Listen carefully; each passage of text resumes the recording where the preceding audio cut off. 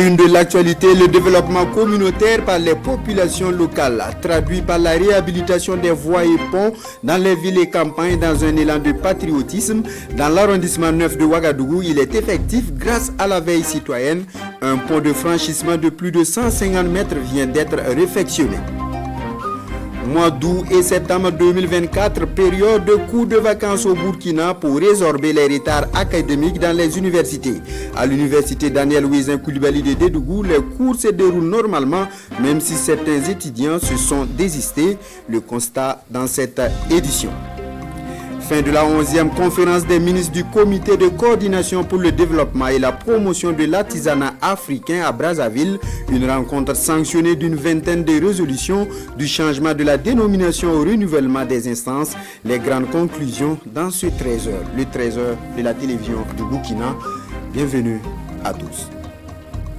Fin de la 11e conférence des ministres du comité de coordination pour le développement et la promotion de l'artisanat africain. Les travaux se sont achevés à Brazzaville avec des décisions importantes prises par les ministres en charge de l'artisanat des pays membres. 22 résolutions qui consacrent le changement de dénomination de l'organisation et le renouvellement de ses instances, entre autres. Le point avec notre envoyé spécial Ismaël Saturnin, Paris.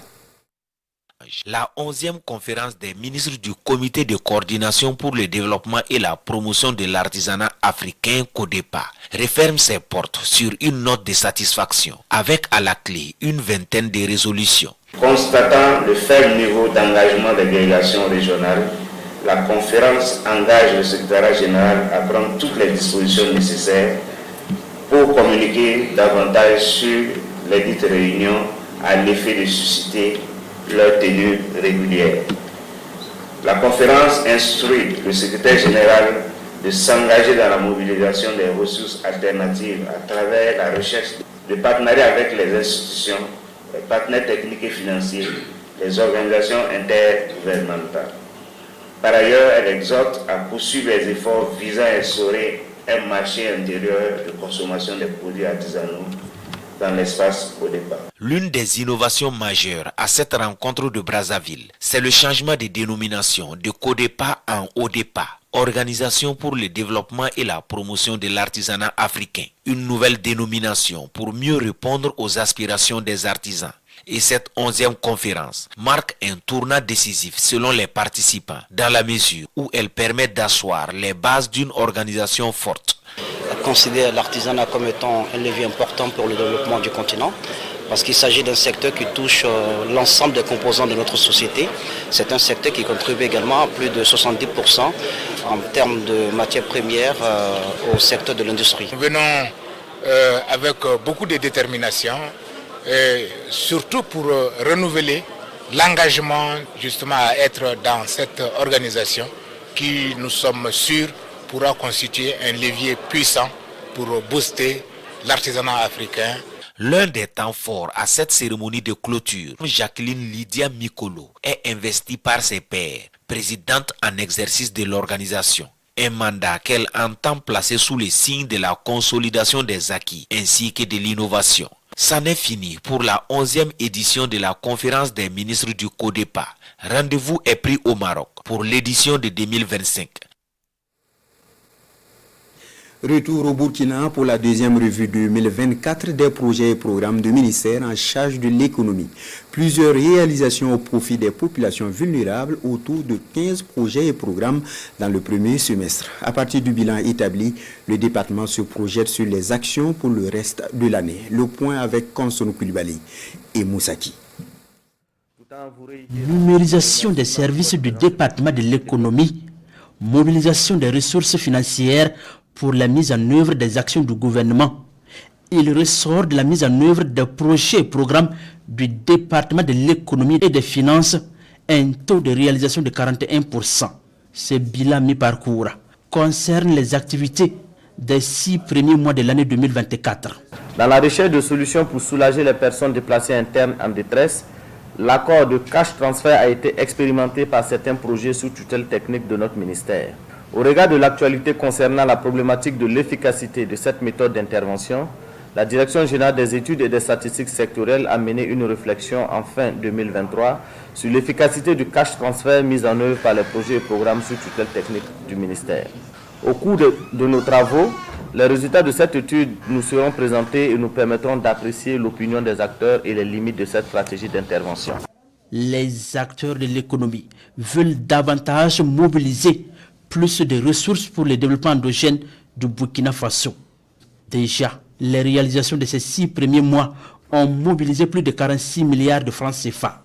Beaucoup de réalisations ont été faites au profit des populations, notamment les populations vulnérables, à savoir les personnes déplacées.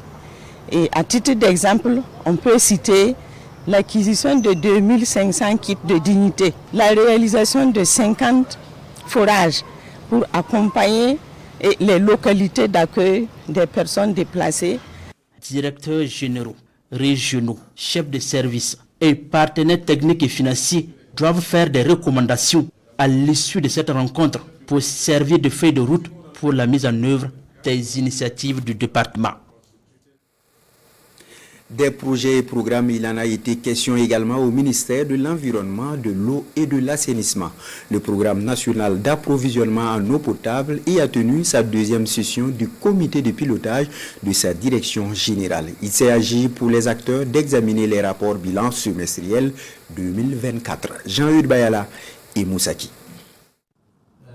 Il ressort de cette 2e session du comité de pilotage des projets et programmes de la Direction générale de l'eau potable, un taux de réalisation de 55%, un bilan des activités exécutées depuis 2016 et qui concerne la mise en œuvre de 6 projets axés principalement sur la réalisation et l'équipement de 41 forages, la construction de 2699 latrines familiales et la sensibilisation de plus d'1 million de personnes sur la protection de la qualité de l'eau. Des initiatives qui contribuent à l'atteinte des objectifs de développement durable en matière d'eau potable au Burkina Faso.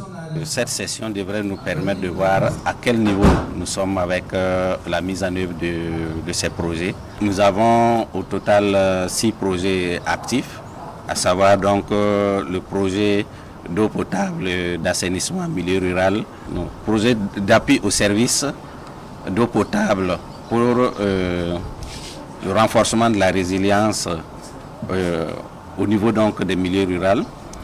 Il y a donc le projet d'approvisionnement en eau potable dans 2 régions, PAIP 2R.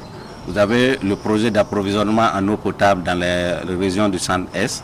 Vous avez donc le programme saoudien de forage de puits pour le développement donc de l'Afrique phase 4.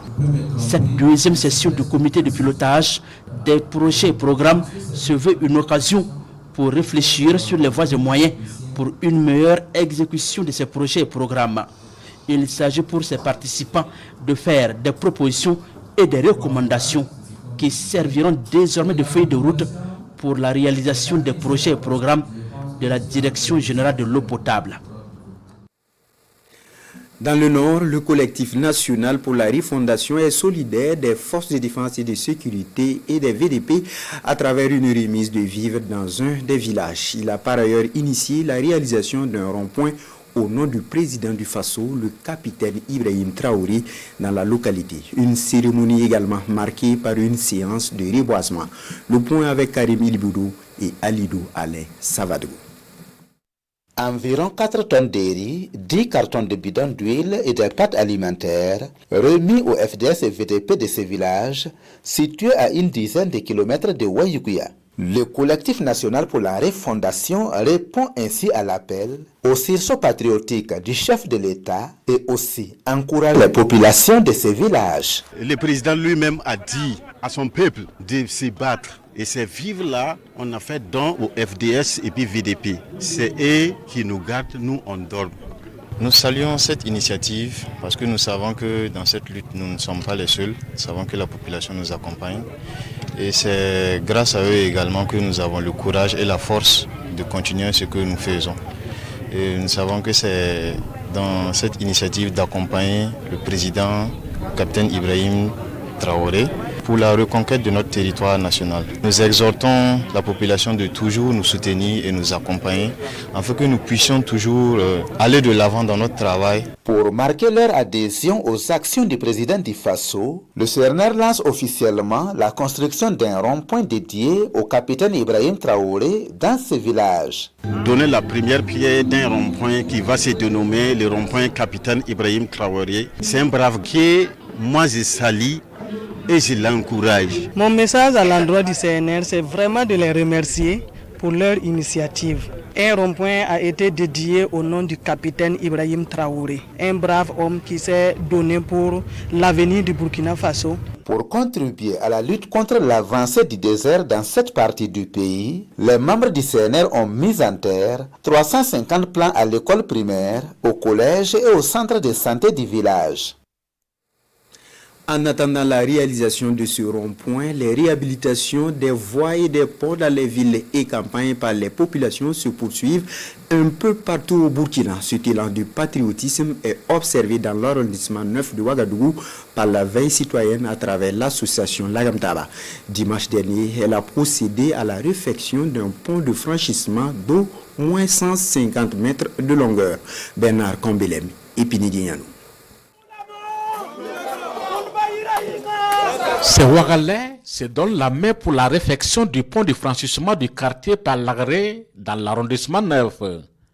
Ici, on déverse du gravier, on concasse, on ramasse. Là, on construit pour éviter les dégâts des eaux des pluies et faciliter la mobilité de la population. Ça nous plaît beaucoup et c'est l'initiative. Si on travaille ensemble comme cela, c'est ça qui fait avancer notre pays, quoi. D'une longueur d'au moins 150 mètres, la réfection de ce pont est initiée par le président de la coordination de la veille citoyenne qui met en avant le patriotisme. Le président capitaine Ibrahim Traoré est en train de travailler en brousse. Nous, les citoyens burkinabés, nous devrons travailler en sorte que, même s'il y a beaucoup de choses à faire dans la ville, nous allons prendre notre responsabilité de faire ça. Voilà pourquoi on a engagé ce matin pour pouvoir ménager cette route-là, que les gens la puissent passer. Vraiment, on est content avec les donateurs, vraiment tout le monde, et président Tao et tous, on remercie vraiment l'ensemble de la population de l'arrondissement NEP. Tout le monde a participé. Aux côtés de ces jeunes de la veille citoyenne, des chefs coutumiers, ils sont là pour encourager l'initiative et saluer l'engagement et le sens du patriotisme de cette force vive. Nous sommes contents de la réparation de ces ponts. Quand il pleut, il fallait attendre 2 ou 3 heures pour que l'eau passe. Je voudrais aussi interpeller tous les opérateurs économiques du Burkina Faso qui peuvent s'investir pour le développement de la nation, de prendre le même pas que le président Adama Compaoré pour le réaliser ce matin. Pour les membres de l'association Lagamtaba, la réfection du pont de franchissement du quartier Palagré est un message et une invite à toutes les forces vives du Burkina Faso à faire autant dans les quartiers, dans les arrondissements, dans les villages et communes du pays. De son côté, la commune de Ouagadougou confirme sa compétence dans la réalisation de grands ouvrages. L'agence municipale de grands travaux vient d'obtenir son certificat de conformité de ménagement de la qualité aux exigences requises par ISO 9001 version 2015. Une satisfaction pour la commune et le gouvernement, d'où une cérémonie de présentation de ce certificat aux autorités. Rasmane Zoundi et Romial Patrice Toui. La commune de Ouagadougou dispose de compétences techniques et humaines pour l'exécution des travaux d'infrastructure. La confirmation est faite avec l'obtention de ce certificat ISO 9001, version 2015. Un certificat présenté ici aux autorités communales et nationales. Il a fallu à mon équipe et moi-même de produire, comme je disais tantôt, 359 documents répartis comme suit. 4 manuels, 13 cartes d'identité de processus, 45 procédures, 257 modèles d'enregistrement, 26 guides. La certification est ainsi le fruit d'une mobilisation générale et d'une forte adhésion du staff de l'agence et de l'ensemble de son personnel et ce en accord avec les valeurs de la MGT, notamment et particulièrement la valeur esprit d'équipe. Le ministre d'État Jean-Emmanuel Ouédraogo, patron de la cérémonie, salue les efforts consentis pour l'obtention de ce certificat. Il encourage les acteurs à plus d'implication dans les travaux d'aménagement et de construction de la commune de Ouagadougou. Si l'agence municipale des grands travaux a bénéficié donc de cette certification, je pense que c'est en reconnaissance de la qualité du travail qui est abattu au niveau de la MGT, sous la supervision bien sûr de la délégation spéciale et des tutelles techniques. Ce qu'il faut dire également, c'est qu'au-delà des félicitations, c'est un message d'encouragement. Parce que vous savez, quand vous travaillez bien et qu'on vous dit que vous travaillez vraiment bien, c'est une manière de vous inviter également à faire de la qualité un défi au quotidien et faire en sorte donc que ces performances qui ont valu à la MGT, d'avoir cette certification-là, que la MGT soit toujours à la hauteur de cette performance et aille vers encore la quête d'autoreconnaissance plus prestigieuse. Créée en 2019, l'Agence municipale des grands travaux devient la plus jeune structure et la première à obtenir au plan national et sous-régional le certificat de conformité du système de management de la qualité aux exigences requises par ISO 9001, version 2015. Le président de la délégation spéciale aperçu un peu plus haut était à la tête d'agents municipaux pour une visite guidée de Simmetal SA. Ils ont investi la fonderie pour mieux comprendre ce qui est fait réellement dans cette unité. La visite est conduite par le directeur général de Simmetal SA. Le point avec Konson Koulibaly. Et bienvenue, Tansa. Des techniciens municipaux à la fonderie de Simmetal, à leur tête, le président de la délégation spéciale de la commune de Ouagadougou. Dans cette chaîne de production du fer Made in Burkina, Maurice Konaté et sa suite viennent comprendre le fonctionnement et se faire une idée de la qualité des produits qui en sortent. À l'issue, il est question d'opérer des choix judicieux de matériaux dans la construction d'infrastructures dans la capitale burkinabé. C'est une usine qui est à la pointe, en tout cas de la technologie en matière de béton. Et nous avons vu comment le sérieux avec lequel, en tout cas, le fer à béton ici est traité, du début jusqu'à la fin.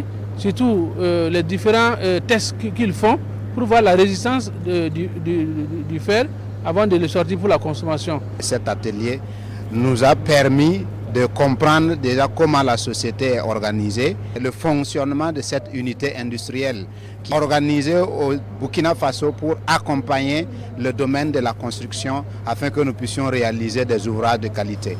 Des machines en pleine activité de production de métal, toute la chaîne de production est expliquée aux visiteurs du jour. De la matière première jusqu'au produit fini, sans oublier qu'un système est mis en place pour passer à la vérification de la qualité. Cette application présentée, c'est une application qui est là pour contrôler les diamètres du fer à béton, pour permettre bien sûr d'être sur le terrain et d'être en mesure de retrouver le fer ici pour les constructions. Créé en 2014, Simmetal SA est spécialisé dans la métallurgie. Il s'agit de la première et seule usine de fabrication d'acier du Burkina Faso disposant d'une fonderie. Quel mécanisme d'élargissement du panier des cibles de la gratuité des soins au Burkina Faso? La question réunit depuis hier le comité d'orientation et de suivi de la gratuité des soins de la santé à Ouagadougou. Le plan prévoit désormais la prise en compte de certaines maladies chroniques. Il est attendu des travaux, des pistes pour l'opérationnalisation progressive au profit des populations. Nongba Kouda, Fanta Ouattara, Inyar Kitida. Lancé en 2016 avec pour cible les enfants de moins de 5 ans et les femmes enceintes, la mesure de la gratuité des soins va connaître une nouvelle orientation. Il s'agit d'élargir son panier et les cibles afin d'offrir au maximum de populations des soins accessibles et de qualité. Pour y arriver, il faut d'abord trouver le plan de sa mise en œuvre, d'où cette session extraordinaire du comité d'orientation et de suivi de la gratuité des soins et du financement de la santé. On puisse s'accorder éventuellement sur quelles sont les nouvelles cibles qu'on va introduire, quels sont par exemple les nouveaux médicaments qu'on va introduire. Le tout, c'est de pouvoir dire la gratuité des soins doit pouvoir bénéficier aux populations les plus vulnérables et dans l'approche également des liens avec l'assurance maladie universelle. La nouvelle politique de gratuité des soins, une fois adoptée, prend en compte le traitement de certaines maladies chroniques, notamment le cancer, l'hypertension artérielle, le diabète, la drépanocytose et l'albinisme. Elle prévoit également la prise en charge urgente des accidents de la circulation et les violences basées sur le genre. Nous avons regardé les statistiques pour pouvoir s'assurer d'un certain nombre de maladies pour lesquelles le paiement direct des soins bascule beaucoup de familles dans la pauvreté. Et comme le ministre de la Santé l'a souligné, on aimerait que chaque Burkinabé, là où il se trouve, puisse bénéficier des soins de qualité et que l'argent ne soit pas une barrière financière à ces soins de santé. Depuis sa mise en œuvre, la politique de gratuité des soins coûte par an à l'État burkinabé environ 30 milliards de francs CFA. Avec la nouvelle approche en perspective, il faut injecter un supplément de 10 à 15 milliards de francs CFA. Également dans l'actualité, la gestion du chemin de fer Ouagadougou-Abidjan est déplorée par l'association des commerçants du chemin de fer. Elle a organisé une conférence de presse pour pointer du doigt la Citaraï, une filiale du groupe français Bolloré. L'association demande la résiliation du contrat avec cette entreprise. Le face à la presse avec Siedi Larien et Romial Patrice Toui. L'association des commerçants du chemin de fer dénonce la gestion de la Citaraï, filiale du groupe Bolloré.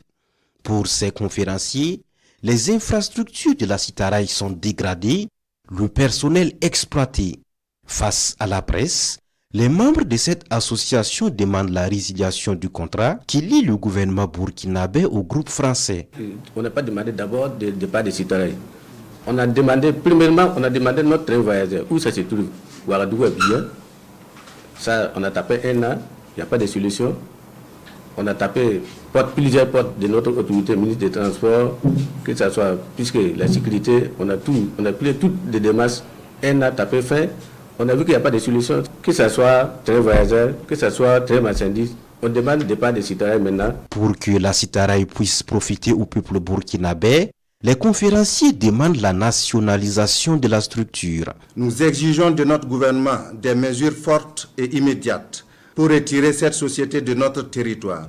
La gestion de notre réseau ferroviaire doit revenir entre les mains du peuple burkinabé qui saura le revitaliser et le développer dans l'intérêt de tous. L'association des commerçants du chemin de fer dit avoir entrepris des démarches auprès des autorités nationales pour l'aboutissement de sa requête. Pour cette association, la lutte se poursuit à son niveau jusqu'à la résiliation du contrat avec le groupe français.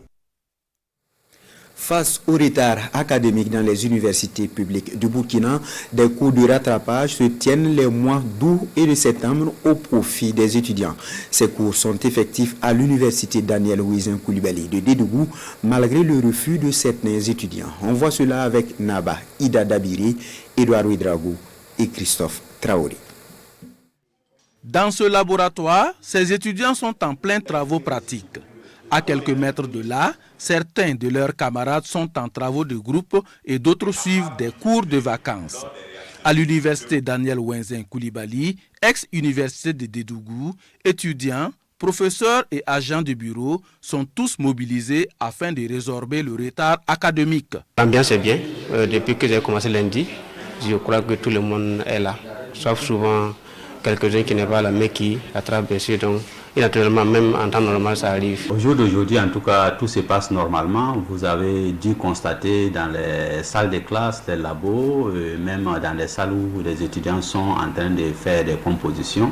Pour le moment, en tout cas, tout se passe bien. Ces retards académiques dans cette université, selon le premier responsable, sont observés au niveau des promotions 2023-2024 en lettres modernes 3e année, en sciences appliquées et technologiques 2e année et 3e année. C'est dire aux étudiants de ne pas céder aux provocations, de venir continuer à faire leurs cours, à faire les évaluations pour que ensemble on puisse terminer cette année universitaire-là. Aux parents, c'est de parler aux enfants qui sont nos étudiants, en tout cas pour que l'année puisse se dérouler, puisse se terminer normalement. Abdourahmane Guiro et ses collaborateurs rassurent les étudiants que des dispositions sont prises afin d'assurer la sécurité et la quiétude des personnes et de leurs biens. Fin du camp vacances sécurité routière au profit des enfants de 7 à 14 ans à Ouagadougou. Achevé samedi dernier, ce camp initié par le Centre d'éducation routière pour enfants a suscité chez les participants les bonnes pratiques sécuritaires sur la route. Le camp a duré 3 jours et a mobilisé 50 enfants. Gérard Soumé et Frédéric Nintiema. Il va aller prendre le bras qu'il vient plaquer au niveau de la joue.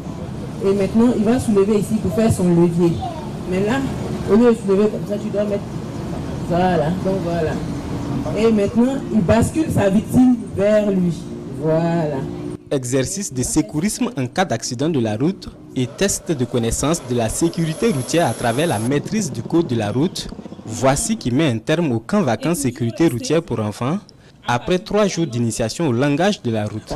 L'initiative est du Centre d'éducation routière pour enfants. On tient vraiment à former le plus d'enfants possible face à l'insécurité de nos routes actuelles. Franchement, on attend d'eux vraiment des enfants bien formés qui respectent les règles et les conditions de la circulation, pour dire en gros le langage de la route. Voilà. Et essayer de sensibiliser les autres camarades également. L'édition 2024 du camp vacances sécurité routière voit la participation de 50 enfants âgés de 7 à 14 ans. Ils reçoivent tous ici des attestations et des casques de sécurité. J'ai appris qu'il y a la signalisation gesticulaire, la signalisation lumineuse. J'ai appris aussi que c'est pas bon de brûler les feux. Et quand papa et maman veulent brûler le feu, il faut leur rappeler que dans le code de la route, c'est interdit. Le Centre d'éducation routière pour enfants, créé en 1995, est une initiative de l'Association pour l'éducation routière des enfants. Le centre, chaque année, accueille des enfants de la classe de CP1 jusqu'à la terminale. Lutte contre les changements climatiques au Burkina, la Société nationale des substances précieuses apporte sa contribution. Elle a initié une séance de plantation d'arbres le week-end dernier à Ouagadougou. Elle participe ainsi à la restauration de l'écosystème forestier selon ses responsables. Les détails avec Alassane Kendrebegou, Saïba Souri et Tanga Kafando. Des manguiers, des limiers, des plants de baobab et des nérés. Bref, 14 espèces végétales sont mises en terre ici sur le site de la Société nationale des substances précieuses, SONASPE. Un site qui s'étend sur une superficie d'un hectare sur lequel 200 plants sont mis en terre. L'objectif de cette plantation, c'est d'abord répondre à l'appel du président, le capitaine Ibrahim Traoré, qui demande à chaque Burkinabé de planter un arbre et pour pouvoir revertir tout le territoire national. Et ensuite, il faut aussi atténuer les conséquences des changements climatiques. Et en plus, il faut restaurer aussi l'écosystème forestier. Ça, on a prévu des grilles de protection, premièrement. Secondo, on ne travaille pas seul, on travaille aussi avec la Fédération nationale des pépiniéristes et maraîchers du Burkina. La survie des plants, une préoccupation qui a trouvé réponse dans le partenariat noué avec la Fédération nationale des pépiniéristes et maraîchers du Burkina pour le suivi et l'entretien. La SONASPE est notre voisin, on va dire. On ne peut pas ne pas nous impliquer dans cette activité qui est une activité noble, qui fait partie aussi de nos activités parce que dans notre plan d'action, on a le reboisement. Pour cette saison, la Société nationale des substances précieuses compte mettre en terre 1000 plants. 200 sont prévus sur ce site de Ouaga 2000. L'Association pour le développement de Ouaga, secteur 55, partenaire de la société, bénéficiera de 300 plants. Les 500 autres sont distribués dans les ménages et au personnel du ministère en charge de l'environnement. Place à la revue de Bienvenue Tansa pour ce mardi. Détournement d'engrais subventionnés et récolte d'une grande quantité de poissons dans le cadre de l'offensive agro-pastorale et halieutique font les gros titres des quotidiens. Dans la lancée de l'offensive agro-pastorale et halieutique, une nouvelle suscite de l'admiration au journal Le Quotidien. Seulement quelques mois après empoisonnement, plus de 15 tonnes de poissons ont été cueillis à Samandini, selon le récent constat d'une équipe gouvernementale pour ce qui est du volet pisciculture. Le quotidien se dit fier et encense le gouvernement dans sa démarche. Pour ce journal, en soutenant la pisciculture, le gouvernement burkinabé favorise l'émergence d'une nouvelle filière économique. Il plaide ici pour le renforcement des capacités des producteurs, l'amélioration des infrastructures tout en contribuant à la promotion de la consommation locale de poissons. L'Express du Faso lui invite le gouvernement à ouvrir l'œil et le bon sur l'engrais subventionné qui n'arrive pas toujours à destination. Ce soutien aux producteurs, dit-il, ne parvient pas toujours aux acteurs concernés et là où il parvient, il est détourné à d'autres fins, devenant une source d'enrichissement pour des commerçants avides de gains faciles et l'Express en a assez. Il appelle le ministère en charge de l'agriculture à durcir le contrôle, fouiller si possible les boutiques et reprendre son engrais sans remboursement. On s'arrête ici pour cette édition avec une pensée pour les forces combattantes et les amis du Burkina engagés pour la reconquête du territoire national. Bonne suite au programme à toutes et à tous.